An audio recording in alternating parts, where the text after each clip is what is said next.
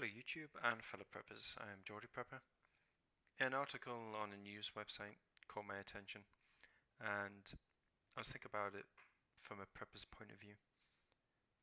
And before I was a prepper, I would have been completely exposed to problems like this.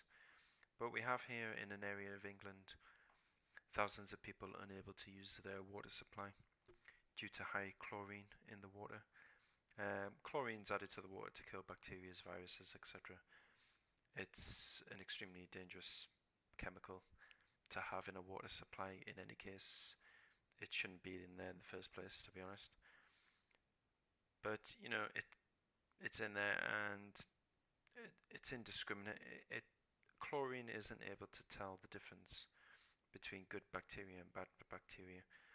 So obviously, when it goes into your body in sufficiently large quantities, it's obviously just going to start killing off cells in your body, bacteria, viruses.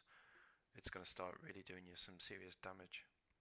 So we obviously have this situation here in a part of England where the water's been contaminated because too much chlorine's gone in, and they're warning a total of 3,560 properties have been affected.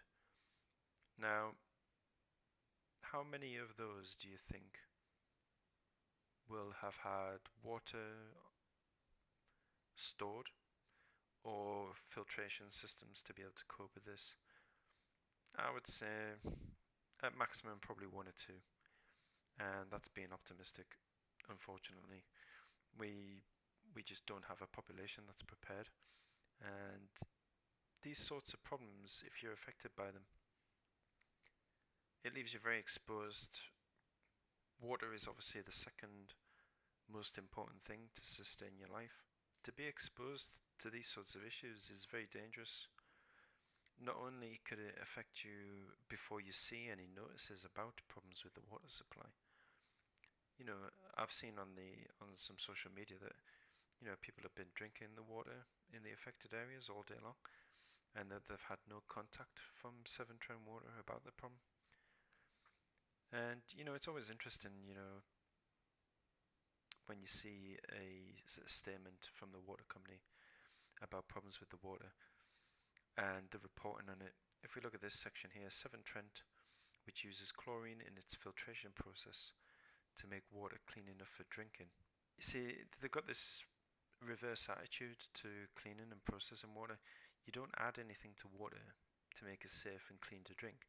You take it away. You take things out of the water. You take chemicals out of the water. You remove, bacteria and viruses from the water. Obviously, in an emergency situation, if you have to take water from a source and you've got any sort of question about it whatsoever, it looks like there's been over-chlorination. And you've got to remember that chlorine is in the water pretty much all the time, but it's in a much smaller amount, but it still goes into your body and it's still indiscriminate. It doesn't know the difference between things that are in your body which are good for you and things which are bad. A do not use notice means that customers shouldn't use their water supply for anything, including drinking, preparing food and bathing. A lot of water goes into food preparation, and a lot of people don't think about the water and the standard of water that goes into their food preparation. And bathing, because obviously if it's in the water in high concentrations, it can go through your skin and then it has direct access to your bloodstream, where it can go in unfiltered, as well as not being able to use the water. We then have the other problem that you're going to find yourself in acquiring water. And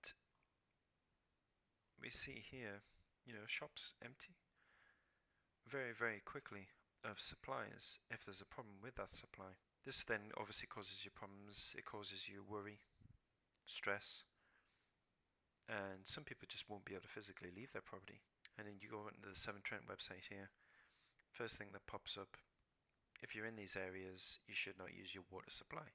And like I said, that's a very dangerous position to be in. So just be sensible, protect yourself, just become a prepper. It can help protect you in the future. one day it could stop, and it could stop for good. One day it could stop.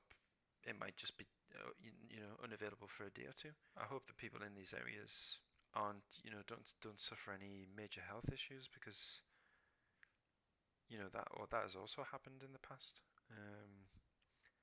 It's extremely dangerous to have everyone reliant from one source, and if you're a prepper, you learn about diversifying your sources, food, water. Yeah, you know how to process things so it's safe. I hope that people affected in these areas look into prepping, and if anyone is watching in those areas, I hope that you're well and fine, and I'm sure the situation will be resolved. But consider getting into prepping, and just protect yourself from these sorts of things.